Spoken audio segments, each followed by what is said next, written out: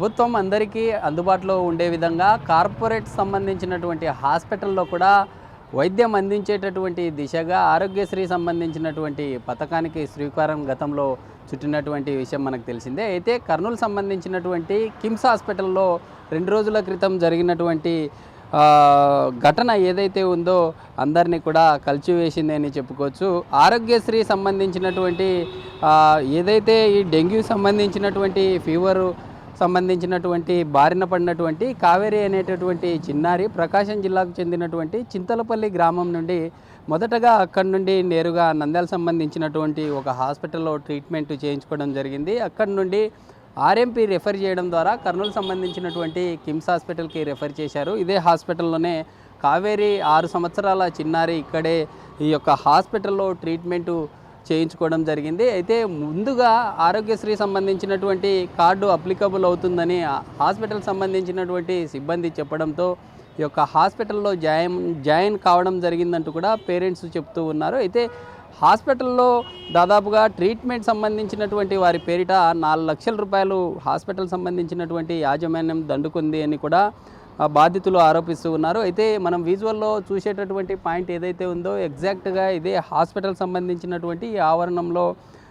దాదాపుగా ఠాగూర్ సినిమాలో చిరంజీవి ఆ యొక్క సినిమాలో ఏ విధంగా అయితే నటించారో డెడ్ బాడీని తీసుకెళ్ళి హాస్పిటల్లో మా అన్నయ్యను కాపాడండి, ఎంత అమౌంట్ అయినా పర్లేదు అంటూ చేసినటువంటి ఆ డ్రామా ఏదైతే ఉందో అలాంటి డ్రామానే కిమ్స్ సంబంధించినటువంటి హాస్పిటల్లో రిపీట్ అయిందని బంధువులు కావచ్చు తమ తల్లిదండ్రులు ఆరోపిస్తున్నారు. ఎందుకంటే అమ్మాయి చనిపోయిందా బతికుందా అనేటటువంటి విషయం కూడా మాకు తెలియదు. కేవలం అక్కడ ఉండేటటువంటి ఎక్విప్మెంట్స్ ఏవైతే ఉన్నాయో ఆ ఎక్విప్మెంట్స్ ద్వారా ఈ యొక్క అంతా యాక్షన్ చేశారు అంటూ కూడా బంధువులు ఆరోపిస్తూ ఉన్నారు. అయితే అదంతా ఒక విధంగా నడిచింది. ఆ రోజు ఇక్కడ ఉండేటటువంటి కిమ్స్ హాస్పిటల్లో ఇక్కడ మీ పాపకు చాలా సీరియస్గా ఉంది, ఇక్కడ నుండి ప్రభుత్వ సంబంధించినటువంటి హాస్పిటల్కు తీసుకెళ్లాలంటూ కూడా చెప్పడంతో ఎందుకు దాదాపుగా 4 లక్షల రూపాయల వరకు ఇక్కడే ట్రీట్మెంట్ చేయించుకున్నామంటూ హాస్పిటల్ సంబంధించినటువంటి సిబ్బందితో వాగ్వాదానికి దిగడం జరిగింది. అయితే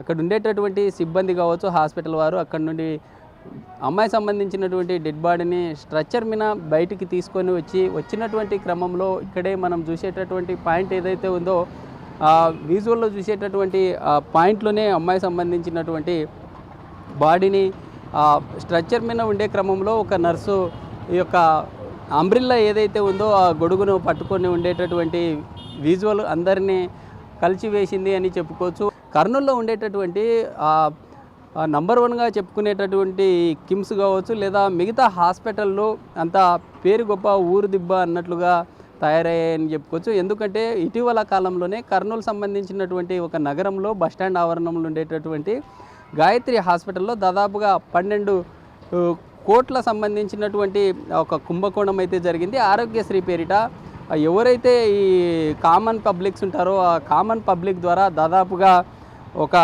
ట్రీట్మెంట్ జరగకున్నా ట్రీట్మెంట్ జరిగినట్లుగా చెప్పడం, ట్రీట్మెంట్ జరిగినట్లుగా చిత్రీకరించి ఈ యొక్క డబ్బులను మొత్తంగా ట్రాన్స్ఫర్ చేశారంటూ కూడా పూర్తి స్థాయిలో ఇటీవల ఏపీ సిఐడికి కూడా ఈ కేసును అప్పగించడం జరిగింది. ఆ హాస్పిటల్ను కూడా సీజ్ చేసినట్లుగా తెలుస్తోంది. అయితే ఈ కర్నూలు నగరంలో ఉండేటటువంటి ఈ హాస్పిటల్స్ పుట్టగొడుగుల్లా మారుతూ ఉన్నాయి. అయితే అధికారులు చూస్తూ కూడా ఎలాంటి చర్యలు చేపట్టడం లేదంటూ కూడా అనేక రకాలుగా విమర్శలు వినిపిస్తూ ఉన్నాయి. అయితే కిమ్స్ సంబంధించినటువంటి ఈ ఘటన సంబంధించి అధికారులు ఎలాంటి యాక్షన్ తీసుకోబోతూ ఉన్నారు, ఇప్పటికే జరిగినటువంటి ఘటనకు సంబంధించి అధికారులు ఎందుకు మాట్లాడలేనటువంటి పరిస్థితుల్లో ఉన్నారు, కిమ్స్ సంబంధించినటువంటి హాస్పిటల్ మామూలు మాయలో పడి అధికారులు సామాన్య సంబంధించినటువంటి ప్రజలు వచ్చి ప్రాణాలను పోగొట్టుకుంటున్నా ఎందుకు నోరు మెదపడం లేదు, ఇలాంటి వాటిపై ఖచ్చితంగా స్పందించాలంటూ కూడా అనేక రకాలుగా విమర్శలు వినిపిస్తున్నటువంటి పరిస్థితి అయితే క్లియర్గా కనిపిస్తూ ఉంది. అయితే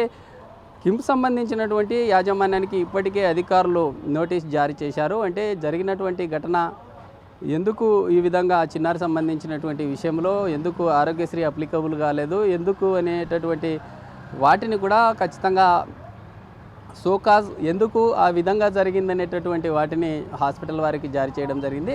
హాస్పిటల్ వారు కూడా కొత్త డ్రామాను తెర మీదకి తీసుకురావడం జరిగింది. ఎందుకంటే ఒక చిన్నారికి సంబంధించి డెంగ్యూ సంబంధించినటువంటి ఫీవర్తో వస్తే వివిధ రకాలైనటువంటి ఇతర సంబంధించినటువంటి వ్యాధులు ఉన్నాయంటూ కూడా ఆ యొక్క రిపోర్ట్లో ప్రభుత్వ సంబంధించినటువంటి జిల్లా అధికారులకు పంపించినట్లు తెలుస్తూ ఉంది. అధికారులు రానున్న రోజుల్లో కర్నూలు సంబంధించినటువంటి హాస్పిటల్ ఇలాంటి డ్రామాలు క్రియేట్ చేసి పేషెంట్ల నుండి డబ్బులు దండుకుంటున్నటువంటి హాస్పిటల్ మీద కొరడా జురిపించాలని పబ్లిక్ అయితే కోరుతున్న పరిస్థితి అయితే క్లియర్గా కనిపిస్తుంది. ఈ చిన్నారి ఘటనకు సంబంధించి నిర్లక్ష్యంగా వహించినటువంటి డాక్టర్లు హాస్పిటల్ మీద చర్యలు తీసుకోవాలని కోరుతున్న పరిస్థితి అయితే కనిపిస్తూ ఉంది.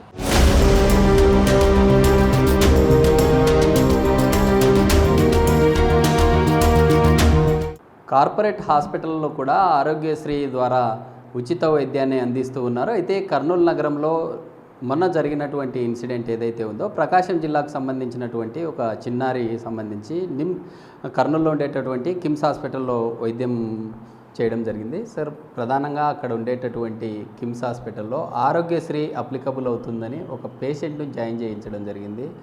ఆ తర్వాత అమ్మాయి చనిపోయింది. 4 లక్షలు మేము ఖర్చు చేశామని బాధితులు చెప్తా ఉన్నారు. ఆరోగ్యశ్రీ ఎందుకు అప్లికబుల్ కాలేదు? హాస్పిటల్ సంబంధించినటువంటి యాజమాన్యం మీద ఎలాంటి చర్యలు తీసుకున్నారు? ఇప్పుడు కావేరి అనే పాప 6 సంవత్సరాల వయసు గల పాప గిద్దలూరు నుంచి కర్నూలుకు రావడం జరిగింది. సో ఆ పాపకు యాక్చువల్గా డెంగ్యూ ఉంది అని చెప్పేసి వీళ్ళు పేరెంట్స్ వాళ్ళు చెప్పడము. బట్ హాస్పిటల్లో డెంగ్యూకు మాత్రం ఖచ్చితంగా ఎన్టీఆర్ వైద్య సేవ అనేది వర్తిస్తుంది. సో నేను పేపర్లో చూడడం ప్రకారం 4 లక్షలు డబ్బులు వసూలు చేసినారని చెప్పి చూడడం జరిగింది. సో నేను పోయేసి హాస్పిటల్లో ఎంక్వైరీ చేసిన తర్వాత మేము ప్రాథమిక నిర్ధారణకు ఏమని వచ్చాము అంటే కనుక డెంగ్యూనే ఉండొచ్చు అని చెప్పేసి నా అనుమానం ఉంది. సో దానికోసం నేను హాస్పిటల్లో ఉండే ఆ పాపది కేస్ షీట్ హ్యాండ్ ఓవర్ చేసుకోవడం జరిగింది. మా ట్రస్టు అధికారి మా హయ్యర్ ఆఫీసర్ కూడా నాకు ఇన్స్ట్రక్షన్స్ ఇవ్వడం జరిగింది. కేస్ షీట్ హ్యాండ్ ఓవర్ చేసుకొని మాకు పంపించమని చెప్పేసి మొత్తం ఆ బేబీకి సంబంధించిన కేస్ షీట్ ఏమైతే ఉందో దాంట్లో ఉండే బ్లడ్ రిపోర్ట్స్ కానీ అల్ట్రాసౌండ్ సోనోగ్రఫీ రిపోర్ట్స్ కానీ తర్వాత డాక్టర్ ట్రీట్మెంట్ ఇచ్చినట్టు కానీ మొత్తం ఆ కేస్ షీట్ అంతా soft copy with hard copy మొత్తం ట్రస్ట్కి పంపించడం జరిగింది.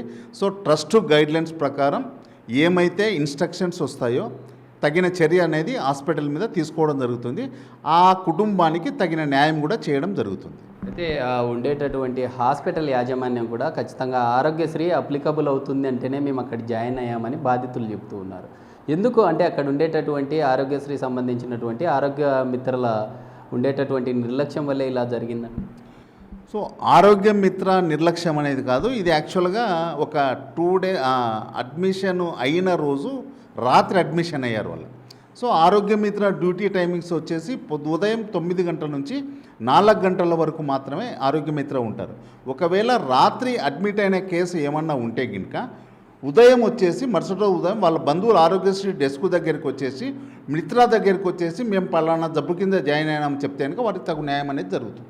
సరే, ఈ మధ్యకాలంలో చూసాం కర్నూలు నగరంలో ఉండేటటువంటి ఒక హాస్పిటల్ దాదాపుగా 12 కోట్ల రూపాయలు ఆరోగ్యశ్రీ కింద స్కామ్ చేసిందని హాస్పిటల్ కూడా క్లోజ్ చేయడం జరిగింది. అలాంటి హాస్పిటల్ మీద కూడా యాక్షన్స్ ఏదైనా ఫర్దర్గా ఉందా? అంటే ఈ హాస్పిటల్ కూడా కర్నూలు నగరంలో వన్ ఆఫ్ ద బెస్ట్ హాస్పిటల్గా ప్రజలు నమ్మేవారు. ఇలాంటి హాస్పిటల్లో అమౌంట్ ఆరోగ్యశ్రీ పేరిట దోపిడీ చేస్తున్నారనేటటువంటి ఆరోపణలు వస్తూ ఉన్నాయి. మీరు డిస్ట్రిక్ట్ కోఆర్డినేటర్గా ఏం చెప్తారు? సో ఖచ్చితంగా మేము ఈ వైద్య మిత్ర హెల్ప్ డెస్క్ దగ్గర మిత్ర ఫోన్ నెంబర్ ఉంటుంది, తర్వాత టీమ్ లీడర్ ఫోన్ నెంబర్ ఉంటుంది, డిస్ట్రిక్ట్ కోఆర్డినేటర్గా నా ఫోన్ నెంబర్ ఉంటుంది, డిస్ట్రిక్ట్ మేనేజర్ ఫోన్ నెంబర్ ఉంటుంది. దీంట్లో ఏ ఫోన్ నెంబర్కు ఏ టైంలో ఫోన్ చేసినా కూడా మేము రెస్పాండ్ అవుతాము. సో మీకు ఏమైనా అనుమానాలు ఉంటే ఈ ఫోన్కు ఫోన్ చేసేసి నివృత్తి చేసుకోవచ్చు. ఇటువంటి కేసెస్ మీకు ఏమైనా ఎదురుపడినప్పుడు సో ఇప్పుడు ఫర్ ఎగ్జాంపుల్ ఒక హాస్పిటల్ బస్టాండ్ దగ్గర ఉండే హాస్పిటల్ దాన్ని క్లోజ్ చేయడం జరిగింది. దానికి పెనాల్టీ కూడా 5,75,00,000 రూపాయలు విధించడం జరిగింది. సో ఆ కేసు కూడా సిఐడి టేకప్ చేసింది. ఆ కేసు మీద విచారణ కూడా జరుగుతుంది. ఇటువంటి ఏ హాస్పిటల్ను కూడా వదిలిపెట్టే ప్రసక్తే ఉండదు ఇటువంటి మాల్ ప్రాక్టీస్ చేస్తే కనుక. సో ఖచ్చితంగా ప్రజలు కూడా దీని మీద అవగాహన పెంచుకొనేసి మీకు 104 కాల్ సెంటర్ అనేది ప్రతి ఒక్క చోట డిస్ప్లే చేసినారు. 104 ఫోన్ నెంబర్కు ఫోను చేయొచ్చు. లేదా ప్రతి సోమవారం అనేది మనకు ప్రజా గ్రీవియన్సెస్ డే అని చెప్పి చేస్తారు కలెక్టరేట్లో. అక్కడ మీకు ఏ సమస్య ఉన్నా కూడా ఒకటి నేను ప్రజలకు విన్నవించేది ఏమిటంటే కనుక మీరు ₹1 హాస్పిటల్కు పే చేసినా కూడా దాని బిల్ అనేది తీసుకోండి. బిల్లు ఉంటే కనుక ఖచ్చితంగా మనము అడిగేదానికి ఆస్కారం అనేది ఉంటుంది. మీరు కిమ్స్ హాస్పిటల్కి నోటీసు సబ్మిట్ చేశారు. నోటీస్ సబ్మిట్ చేస్తే వారు మీకు ఎలాంటి ఫర్దర్గా ఎలాంటి దానికి సంబంధించి సమాచారం అంటే ఆన్సర్ చేశారు, దానికి సంబంధించి ఏదన్నా కొలిక్కి వచ్చిందంట? సో వాళ్ళు ఇచ్చిన డిసీజు ఒక విధంగా ఉందండి. అది మొత్తం వచ్చేసి ఒక 4-5 నేమ్స్తో ఇచ్చారు. సో దానికి ఏదో లివర్ డ్యామేజీ, తర్వాత నెక్స్ట్ ఆల్వియోలార్ డిస్ఫంక్షను, తర్వాత ఫెరిటిన్ హై లెవెలు అని చెప్పి ఇచ్చారు. సో మేము ప్రాథమిక నిర్ధారణకి ఏమొచ్చాము అంటే కనుక కేస్ షీట్లో ఒక సైడ్ వచ్చేసి ఫీవర్ విత్ హెమరేజిక్ అని చెప్పేసి ఉంది. ఆ వర్డ్ వచ్చేసి డెంగ్యూకి వాడతారు. సో దీని ప్రకారం దీని మీద తగు విచారణ పైన ట్రస్ట్ లెవెల్లో టీమ్ ఆఫ్ డాక్టర్స్ స్పెషలిస్టులు అందరు కూర్చొని డిసైడ్ చేసి వాళ్ళ మీద ఏం యాక్షన్ తీసుకోమంటే తీసుకుంటాం. అయితే దీనికి సంబంధించి జిల్లా సంబంధించినటువంటి అధికారులు ఏదన్నా ఒక కమిటీ వేసి ఆ హాస్పిటల్ సంబంధించి విచారణ ఏమన్నా చేపట్టడం స్పెషల్గా చేయడం జరిగిందండి? అది ఇంకా జరగలేదండి. ఓన్లీ నాకు మాత్రమే ఇన్స్ట్రక్షన్స్ ఇచ్చారు యాజ్ ఏ ఆరోగ్యశ్రీగా. సో నేను వచ్చేసి డిస్ట్రిక్ట్ కోఆర్డినేటర్గా నేను పోయి ప్రాథమిక విచారణ చేపట్టడం జరిగింది. నేను ఏమైతే విచారణ చేపట్టానో దాని ఫైండింగ్స్ వచ్చేసి నేను ట్రస్ట్కు తెలియజేయడం జరిగింది. ట్రస్ట్ నుంచి ఫర్దర్ యాక్షన్ ఏమైతే తీసుకోవాలని చెప్తారో దాని ప్రకారం నేను హాస్పిటల్ మీద తగు చర్యలు తీసుకోవడానికి రెడీగా ఉన్నాను. కొన్ని హాస్పిటల్స్లో ఆరోగ్యశ్రీ కొన్ని వ్యాధులకు అప్లికబుల్ అయినా కానీ అవి అప్లికబుల్ కాదని కొన్ని రోజుల పాటు టెస్టులు కావచ్చు లేదా వైద్యం అందించిన తర్వాత ఆరోగ్యశ్రీకి అప్లికబుల్ అయ్యే విధంగా చేస్తూ ఉన్నారు. అలాంటి హాస్పిటల్ మీద ఫర్దర్గా మీరు ఎలాంటి యాక్షన్ తీసుకుంటారు? ఆరోగ్యశ్రీని అంటే హాస్పిటల్కి ఎంట్రెన్స్లో ఎలాంటి డిస్ప్లే చేయాలి? ఆరోగ్య మిత్ర ఎలాంటి వచ్చేటటువంటి పేషెంట్కి గైడ్ చేయాలంటే? సో ఇప్పుడు ఈ ప్రతి నెట్వర్క్ అంటే కనుక ఎన్టీఆర్ వైద్య సేవ కింద రిజిస్టర్ అయిన హాస్పిటల్స్కి అన్నిటికీ ఇన్స్ట్రక్షన్స్ ఇవ్వడం జరిగింది.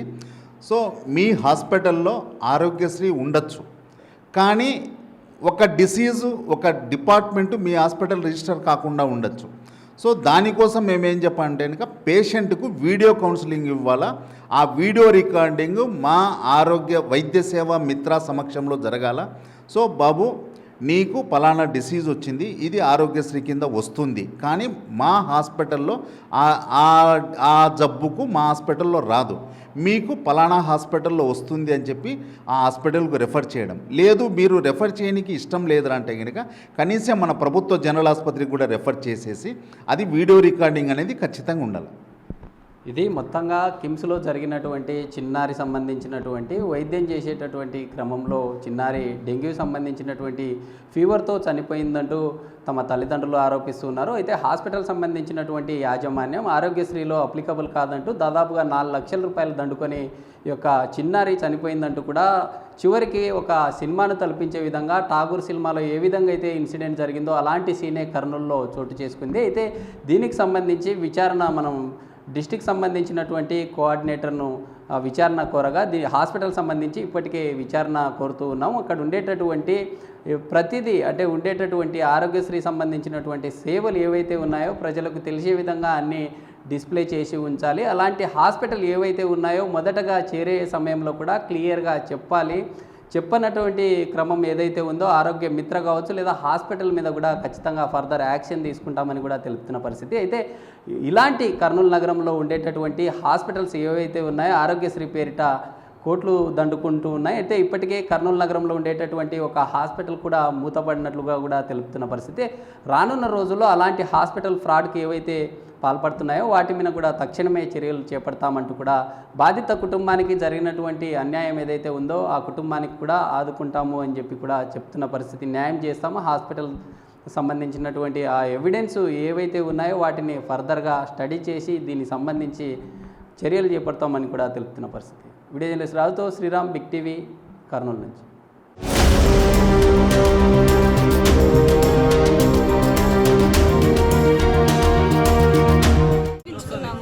చూపించుకుంటే డెంగ్యూ జ్వరం అదేందో అన్నారు సార్ వాళ్ళు. అంటే డెంగ్యూ జ్వరం అనేది నంద్యాల పోతే నంద్యాల నంద్యాల పోతే ఆ సార్ ఎక్కడికి అర్జెంటుగా పోవాలంట అని ఈసారిగా ఫోన్ చేసి పలానా కేసు పంపిస్తున్నాను నేను వాళ్ళని చూడండి అని పంపించినారు. వాళ్ళే మాట్లాడుకొని ఆయన అడ్రస్ ఫోన్ నెంబర్ కూడా ఇచ్చి పంపించినాడు సార్. ఈసారికి వచ్చిన ఆడ బాగానే ఉన్నది, వాళ్ళు బాగా మాటలు గిట్లు పెట్టినారు, ఆడ మాట్లాడుతూనే ఉన్నది, చూస్తూనే ఉన్నది, బాగానే ఉన్నది. ఆడ 7 గంటలకేమో ప్రయాణమై వచ్చినాము, అంబులెన్స్ మాట్లాడి పంపించినారు వాళ్ళే. ఈడికి వచ్చి 10 గంటలకు ఈడికి వచ్చినాం సార్. ఈడ అడ్మిట్ చేసినారు. ఈడికి వచ్చినా కూడా బాగున్నది, పాప మాట్లాడుతా బాగున్నది. కొంచెం బాగా నిద్రపోతుంది, కొంచెం అమ్మ కడుపు నొస్తుంది అని ఏడుస్తుంది. ఏం కాదులేమ్మా పోతుంది, కొంచెం మళ్ళీ పనుకుంటుంది. పనుకున్న మళ్ళీ ట్రీట్మెంట్ ఏం చేస్తారు, ఫస్ట్ ఒక వైద్యం ఇస్తారు, అది ఒక 10 నిమిషాలు 10-20 నిమిషాలు ఇస్తున్న పాట పాప పనుకున్నట్టుగా ఉన్నది అనుకో. ఈ వైద్యం కాలేదు, ఇంకొక 17,000 18,000 అవుతాయి అని చెప్తారు సార్. సరే సార్ ఏమన్నా కానీ చేస్తాము అని మళ్ళీ ఆ వైద్యం తీసి పక్క పడేస్తారు, మళ్ళీ వైద్యం పెడతారు, అది ఒక 20 నిమిషాలు చూస్తారు. మళ్ళీ ఈ వైద్యం కాదు ఇంకా అసలు ఇది ఉండదని 4 కలర్ 5 కలర్ మేమైతే ఒక్కటి కూడా చదువుకోలేదు, మాకు అర్థం కూడా కాదు సార్. అన్నింటిలకు సరే సార్ అని వాళ్ళు చెప్పినవన్నీ ఇంటింతలా కవర్లు తెచ్చిస్తున్నాం సార్. అన్ని అయితే ఒక్కటి కూడా కరెక్ట్ ప్రాణం ఉండాలమ్మా. అది కొంచెం పెడతారు, అన్ని తీసుకొచ్చి అది కూడా అడగలేదు. ఏమో పాపం సెట్ కావటం లేదేమో ఇంకా చూదులు ఎన్ని వాసన ఇక్కడ పెట్టినారు. దీన్ని దెబ్బకి అంత వాసన అప్పుడు సార్ వచ్చి తీసేయండి అన్నారు. బయట వాళ్ళు ఏం చేస్తున్నారో ఏమో నాకైతే తెలుస్తాను. చూడని ఇలా దగ్గరికి కూడా పోనీలే. అయినా పాప మా నీళ్ళమ్మా అమ్మ ఇంకా అన్నం తింటేలేమ్మా, అన్నం తింటేనే ఒక రోజు అరిసినాను సార్. మా చింతపల్లె సార్, కొమరోల్ దగ్గర. కడుపులో నీళ్ళని వాళ్ళని కూడా మాట్లాడితేనే బాగానే ఉన్నారు సార్. కొంచెం ఒక 10 నువ్వు ఇప్పుడు నిలబడి అని చెప్పు కూడా లేదు. అంతలోకి ఎందుకో ఒక 20 మంది కూడా పోవటం రావటం చేస్తుంటే భయం వేస్తుంది. మా నాన్నలు అందరూ బయట నిలబెట్టించినారు, వాళ్ళు నన్ను మొత్తానే లోపల ఉంచినారు. వాళ్ళందరిని పిలిచి నాన్న ఏమో భయం వేస్తుంది నాన్న, వాళ్ళు మయంగా తిరుగుతున్నారు లోపలికి అని చెప్పినాను. సరేలేని మళ్ళీ ఒక అర్ధగంటకు పిలిచినారు వాళ్ళని. పాప కోమలేగా గుండె ఆగిపోయినది, అందుకే డబల్ ఏసీలకి ఎత్తకపోతున్నామన్నారు. అప్పుడు పోయేటప్పుడు బాగానే ఉన్నది, ఏడించి ఎత్తపోయినారు ఆడికి కూడా. అప్పుడు కూడా ఏడ్చుకుంటానే అరుచుకుంటానే పోయింది. చూడనీలే, దగ్గరికి కూడా రానిలన్న పాపని అనిచ్చి అడిగి పోయిన ఒక 10 నిమిషాల వరకు దాంతో కూడా అరుస్తానే ఉన్నది. నిలబడగాకు పో అంటున్నారు. అయినా కానీ ఉండలేను ముందే నాకు నిన్ను మనసుని చూడకుండా ఉండలేనని ఏడుచుకుంటూ ఆడ నిలబడితే ఒక సిస్టర్ నిలబడు అయితే వాకిలి దిగాకమన్నారు. అంతే సార్, ఇంక అమ్మటే కొట్టేసినారు. అప్పుడు పండుకున్నది, ఇంకా ఇప్పటికి లేలే. పానం ఉంది అంటారు. 4 లక్షలు సార్. అమ్మ అని పిలుస్తుంది, నాన్న అని పిలుస్తుందని జ్వరమే కదా సార్. అంతే ఫోన్ చేసి దండాలు పెట్టి ఫోన్ పే చేసి వాళ్ళకి ఇస్తాం సార్. మొబైల్ కూడా సార్ ఎంతనో కొట్టుకోండి సార్ బిల్లు, మాకు తెలియదు అంటే వాళ్ళు కొట్టిస్తే మేము లాక్ తీసిస్తాం సార్. అంత తప్పనిచ్చి ఇంకేం లేదు. అప్పుడు పాన ఉంది అన్నారు. పొద్దున కూడా దండ పెట్టండి కాళ్ళు అనుకుంటా సార్. పానం ఉందో లేదు ఒక్క మాట చెప్పు సార్. రాత్రి మయంగా నవ్వుతున్నానంటే వీళ్ళందరూ ఏడుస్తున్నారు. బెడ్ పోతుందని ఏడుస్తుంటే నేను మయంగా నవ్వుతున్నానంట. వీళ్ళందరూ టెన్షన్ పడితే ఏమవుతుంది అంటే 4 లక్షలైంది సార్. 4 లక్షలైంది. ఇంకంతా అయింది. 2 లక్షల వరకు క్యాష్ వాళ్ళు తెచ్చుకున్నాం, కట్టినాం సార్. తర్వాత సారు బీదోళం సారు, మాకు లేవు, మేము గంగిరెద్రోళం సారు. దాంతో నుంచి కొంచెం అదే ఆదర్శి కార్డు సార్, అది కొంచెం హెల్ప్ చేయండి అని అంటే చాలా సీరియస్ కేసు ఇది. మేము సంవత్సరమైంది ఆదర్శి కార్డు మానుకొని. కాబట్టి గవర్నమెంట్ నుంచి డబ్బులు వేయరంట. గవర్నమెంట్ వాళ్ళు వేయరు, ఎత్తుకో గవర్నమెంట్ హాస్పిటల్ కాబట్టి అన్నారు. అప్పటికి కూడా నేను ఏమో సరే సార్ ఎక్కడో తెస్తాను, నా పాప నాకుంటే చాలని మళ్ళీ ఏడ్చుకుంటేనే బయట విన్నాం.